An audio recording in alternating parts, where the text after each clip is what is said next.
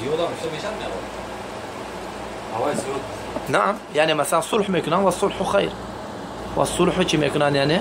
خير ما يكونان يعني والصلح شيء خير ويوم مثلا قصاص إن شنده يعني قتل عمدان فقط قتل عمد باشه دیگه اما قتل مثلا شنده خطانده نه و دیگه طلب کردن نمیتونه قتل عمدان و چی میکشن میکشه میگن یعنی و یا که مثلا چی خدا گفته چی طلب میکنن یعنی یا میکشه میگن یا 1 میلیارد تید ها بعد میگن خیلی کشید جمع 1 میلیارد میگن یعنی بی اربع میمره تصادفاً شده که دست حدشتر میکنن نعم نمیلند دعوای تو کردن با خشونت نه حق دارن نه صلح نه گفتم چند بار گفتم این چیزا یعنی قصاص یعنی اگر قتل یعنی خطا باشه قتل عمد یعنی قصدن دونسته کشیدگه دونسته کشید سه چیز یا که قصاص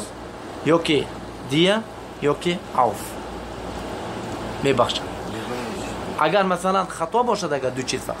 یا دیه یا که عفو قصاص نه عشقل اگر نیو دیه طبعا که بگفتیم عاقله بمیشه دیه عاقله به